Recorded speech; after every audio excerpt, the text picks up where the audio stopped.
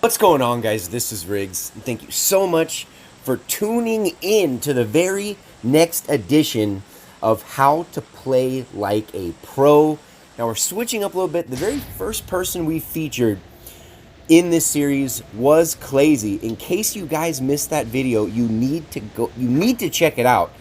Season ranked #1 player. He was conqueror in solos, duos, and squads.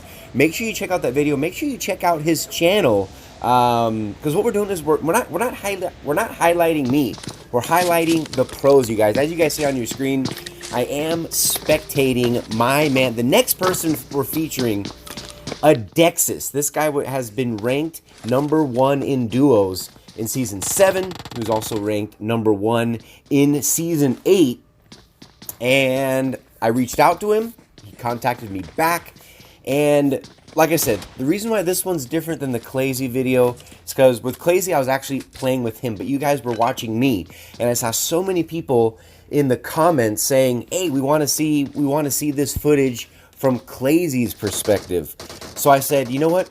From now on, anyone that's featured in this series, the How to Play Like a Pro, they're not going to be watching me. I'm no pro. We're going to be watching the perspective, the angles, the movements of the pros. As you guys see it, we have Adexussss here. And I also asked him a series of questions because there'd be so many times where I'd see these top guys on the leaderboards, or you see these people in the star challenges and the crew challenges and the PMCOs. And how much would you guys want to be able to ask them certain questions? How you do this, how you do that. So that's exactly what I do. That's what I'm bringing you. I'm telling you guys, no one else is bringing you guys this type of content. Make sure you guys like, comment, and subscribe. And we're gonna jump right into it. So to start off, Adexussss, my man. The dude is from Colombia.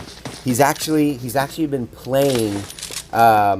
He started playing in Season 1, but Season 1, when it wasn't even called Season 1, he took a little break, got kind of, a little bit bored of the game, ended up coming back, and he's been playing ever since Season 4. He's been back ever since Season 4.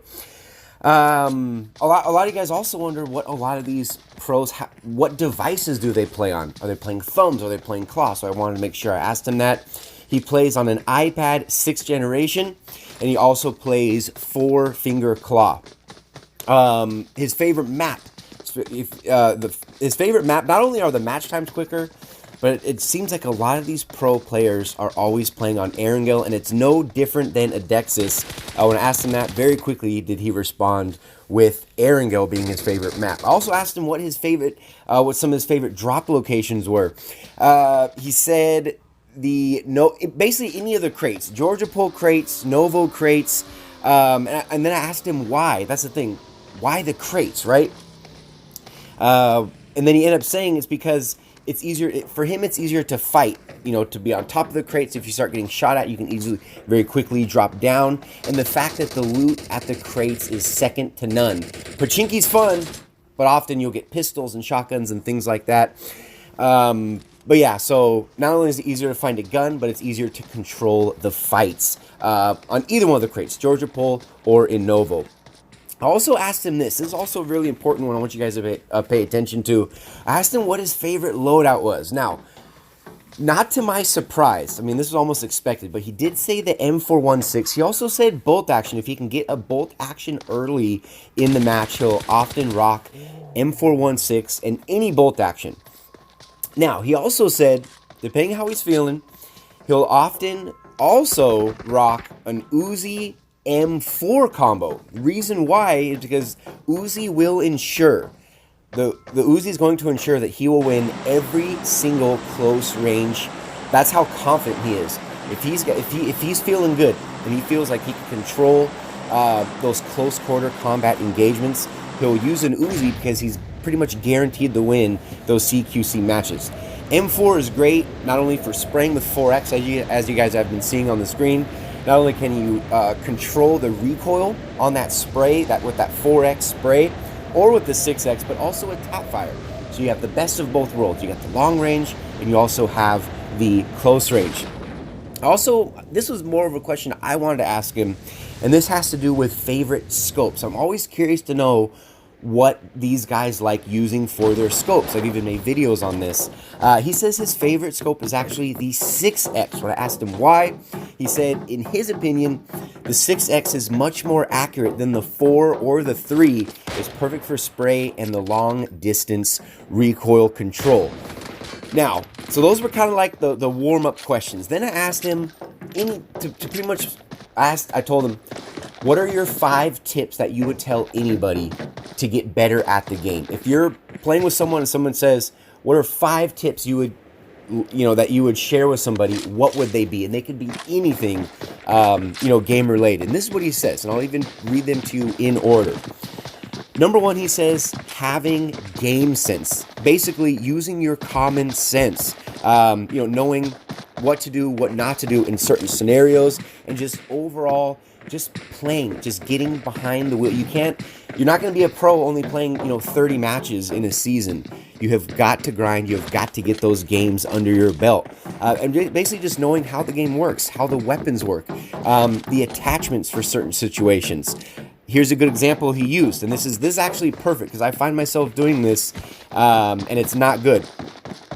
He says the DP28 is better for long range than it is for close range because of firing speed. Now, reading this and thinking about it, it makes all the sense in the world. It seems very basic, but often, how many times have you guys used the DP28 in those close quarter combat engagements and end up losing? Just basic things to take a step back and say, what am I doing? And why am I doing it? So I thought that was perfect. Second one, he says, having a good and comfortable layout. This is something that, in my opinion, a lot of people don't talk about, or at least talk about enough, is actually having a good layout on your screen. I've seen screenshots of people where it's just cringe how big their buttons are, or just certain locations. But he says, and there's another thing he mentions, and this is going to what we started with off in the beginning, is playing claw. Playing claw will give you more time to react, and by having a good button layout, you can find good sensitivity for every single scope. So dialing in your sensitivities and also find something that actually works. If you don't like where your jump button is, guess what you need to do? You need to move it. That's why I always say, don't just copy and paste someone else's button layout. You need to find the best one for you, and if you don't like it, guess what you do? You change it. So that was the second thing he said. Number 3, and I thought this was interesting, and this has to do with vehicles, because like you see, a lot of these pro players, they're constantly moving in vehicles. They're always in vehicles. He says when shooting from a car, and you're the person that doesn't scope, he says stop doing that. He says carry a red dot, and of course any of your normal scopes. And he says use a red dot when you're firing from a vehicle, because of how much more accurate that's going to be. Again, I'll often find myself, I'll have a 3X or a 2X and I'll forget, and you'll try to shoot somebody from a vehicle and it just does not work. But that red dot, sometimes it's almost too accurate when you're firing from those vehicles, especially in that mid even to late game. Very, very important. Another tip number 4 that he talks about, and this has to do with smokes. I was almost curious what he was going to say about smokes. It's something that we've talked about quite a bit on the channel. But he says if you're in an open field and your enemies have the aim on you and you have no option but to run out in the open, he says obviously this is how you're going to want to use the smokes. He says if you think your smoke is able to reach your enemy, throw it in front of them or around them to quote-unquote blind them so you're free to run and get somewhere safe. But if the enemies are spread out, the best option would be to make the smoke path or that smoke wall, throwing a smoke and then another one in front of you, so that you have a wall of smokes in order to go ahead and get to safety. I thought that was good. As we guys see, and a lot of these live streams, a lot of these pro tournaments, that's all you see in these final circles is just smokes everywhere.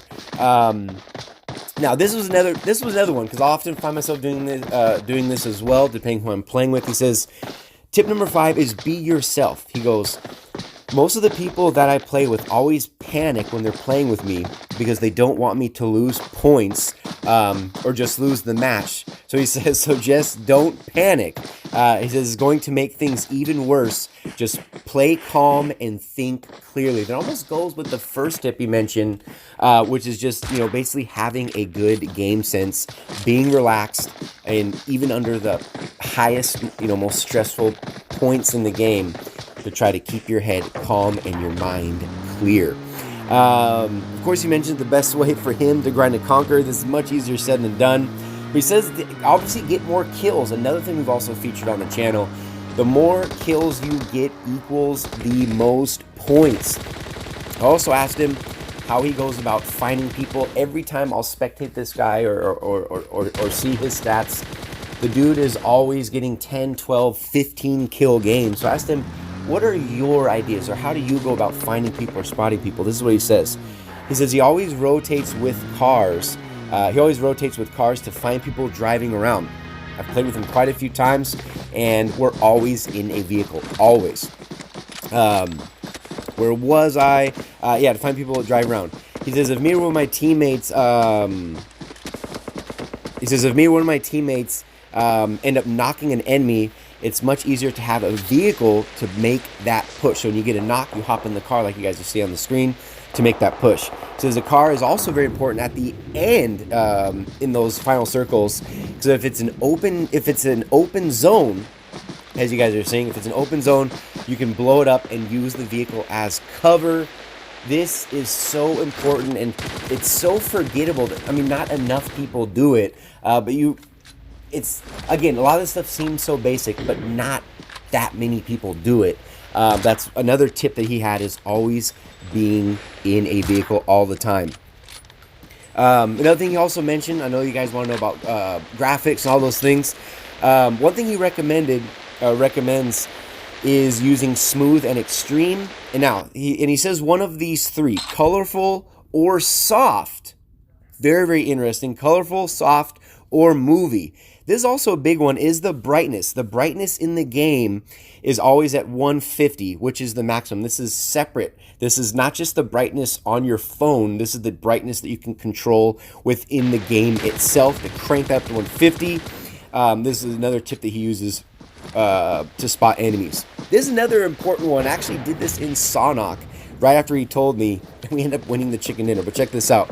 He says when you get one of the matches that are in fog mode, he says reduce the brightness down to 80, which is the minimum, in order to help you spot enemies. I thought this was so interesting, and it ended up working. I was able to see the enemies better. I could not believe it. And those were pretty much the tips that we got from Adexussss. I really hope you guys enjoyed this video. I want you to let me know who you want me to talk to next, whether you're a pro player that's playing in tournaments, or whether you're like a pro player that's ranking up. Those are the people that we want to get featured on the channel. This is the second episode. The first episode was Clazy.